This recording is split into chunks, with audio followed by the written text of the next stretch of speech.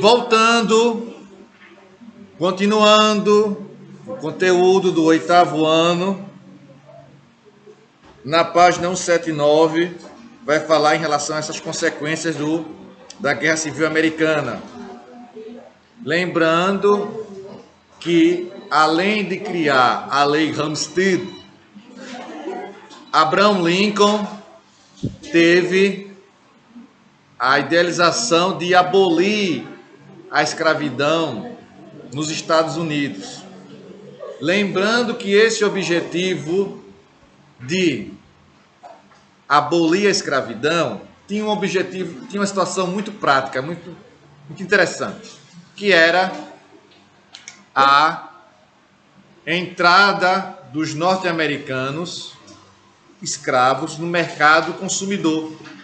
Uma vez você libertando os escravos, que aqueles escravos pudessem agora serem trabalhadores assalariados, esses trabalhadores assalariados iriam consumir os produtos. Então não adianta você criar um produto que ele não possa ser consumido. Então ele, Abraham Lincoln, quando foi eleito, tomou essa medida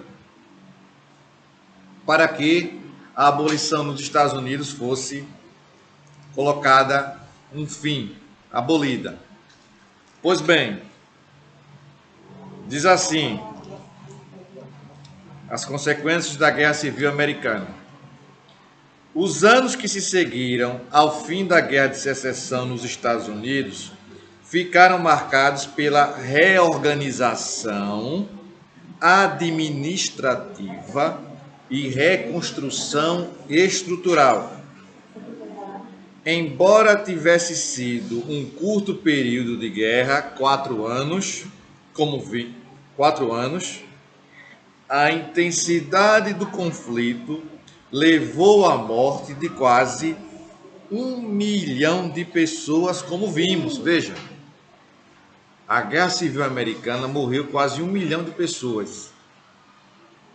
Significa dizer que a independência houve um grande derramamento de sangue, se comparada com a nossa, não é? Não chegamos nem à metade da metade desse número aí de 1 milhão. Além, prosseguindo aí a leitura, 179. Muito bem, preste atenção aí no serviço. Você vai longe, viu? Parabéns. Além das perdas humanas, deve-se levar em consideração o alto custo dessa guerra, que aumentou a crise econômica americana.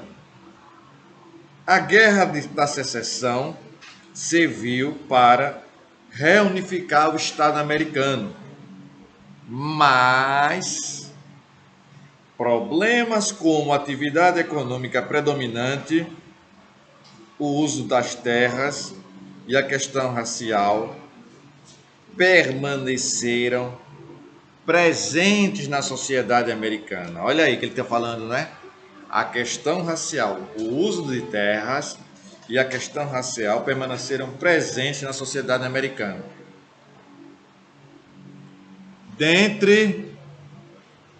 Indo agora para a página 180.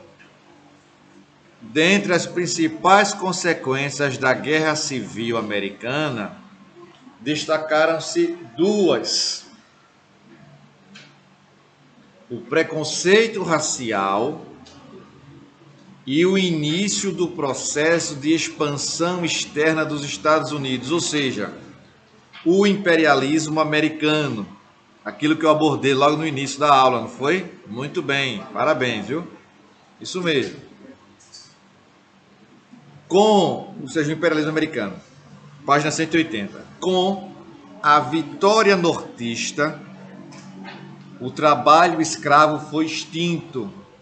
Na disputa da Guerra Civil Americana entre Norte e Sul, o Norte saiu vencedor.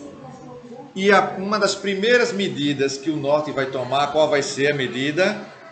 Vai ser abolir a escravidão. Naquele momento, os nortistas viam nessa abolição da escravidão que esses escravos poderiam que, interrogação, poderiam se tornar clientes, poderiam se tornar consumidores dos produtos nortistas. Esses nortistas produziam e vendiam inicialmente para quem? Interrogação mais uma vez, o professor todo cheio de interrogação. Para que você aprenda, tá bom? Por que isso? Porque os nortistas tinham prioridade, tinham como foco fazer a venda de seus produtos no mercado norte-americano, no próprio mercado interno. E os escravos seriam um maior consumidor, um consumidor a mais, melhor dizendo, desculpe, seriam consumidores a mais, além daqueles que já existiam nas outras classes, não é? Voltando para o texto do livro, o texto do nosso livro 180. O trabalho escravo foi extinto, isto é, o Sul não poderia mais usar os negros como mão de obra escrava.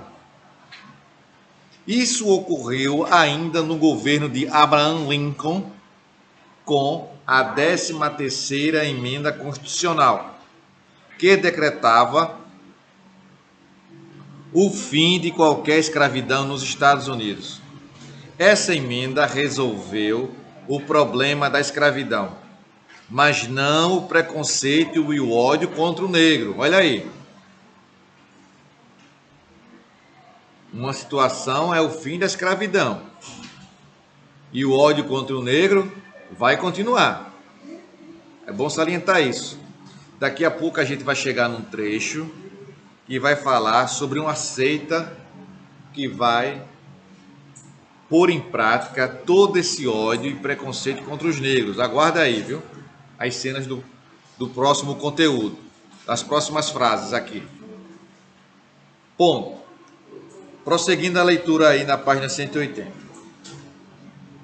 Houve várias conquistas,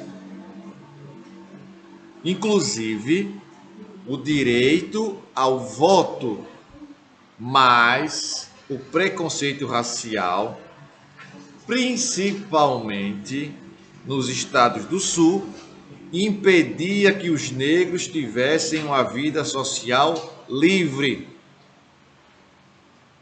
Ponto. Prosseguindo. Sem direitos políticos, econômicos e sociais, praticamente afastados da vida social pública, os negros ainda tiveram de conviver com a violência racial. Parcelas da sociedade americana, como religiosos, protestantes, fazendeiros e políticos escravistas, estimularam a fundação de uma seita secreta conhecida como Ku Klux Klan, em 1866. Essa seita inventou suas próprias regras para afastar qualquer possibilidade de acesso aos negros a direitos básicos. Não permitiam, só citando, abrindo parênteses aqui, não permitiam que os negros tinham cargo de chefia, determinados espaços particulares ou públicos, os negros não poderiam ter acesso, os negros não poderiam ser votados, uma série de situações, não é?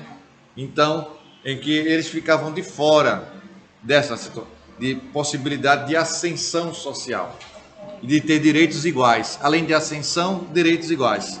Havia uma diferença, havia um privilégio para os brancos e quase nada ou nada para os negros. Tá bom? Então, essa seita surgiu dessa forma. Seus membros usavam de extrema violência, torturas e mortes através de enforcamento ou fogueira. De fato, a plena cidadania, tão mencionada, tão defendida pela Declaração da Independência dos Estados Unidos, só existiu para o branco seguidor das religiões protestantes. Imigrantes, católicos, índios e principalmente negros não tinham direitos. Na página 180 nós temos uma imagem da Ku Klux Klan, a seita racista, que todos se vestiam de branco. Também na página 180 temos um link que explica de forma bem detalhada a Ku Klux Klan. Tá bom? Entenderam? Tranquilo? Posso prosseguir? Muito bem. Indo para a página 181, nós temos como vai ser o final da Guerra Civil Norte-Americana e, sobretudo, o surgimento de uma doutrina que vai perdurar durante muito tempo, que é a chamada doutrina Monroe, com o lema "A América para os americanos". É preciso que vocês tenham muita atenção a essa doutrina, a esse tema, e quando vocês estiverem no 9º ano, eu vou citar sobre isso. Eu vou citar esses aspectos da doutrina Monroe, a América para os americanos. Tá bom? Então, vamos prosseguir na página 181 e verificando aqui. Como já foi dito, o fim da Guerra Civil trouxe outra consequência para a construção ideológica dos Estados Unidos: a política imperialista. Desde a independência americana, em 1776, os Estados Unidos iniciaram uma expansão territorial usando como justificativa o Destino Manifesto, que afirmava serem os americanos o povo eleito por Deus para conquistar outras regiões do continente.